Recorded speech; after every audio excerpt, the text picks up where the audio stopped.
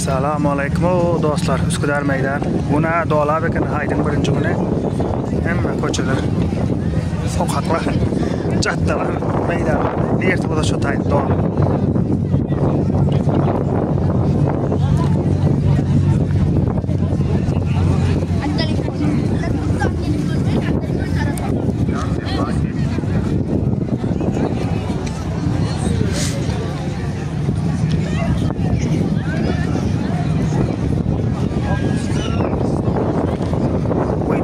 Baş başa kalın. Görün.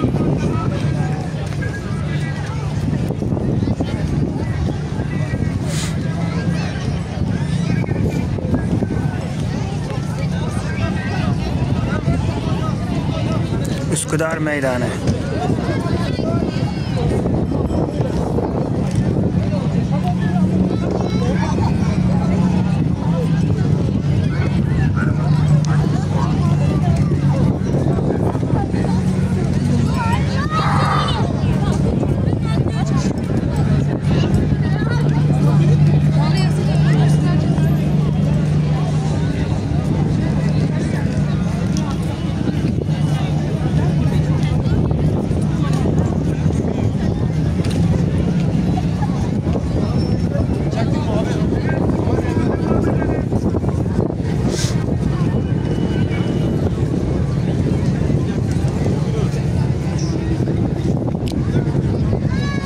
Maram-maram lagi, cemil-cemil isyo kan.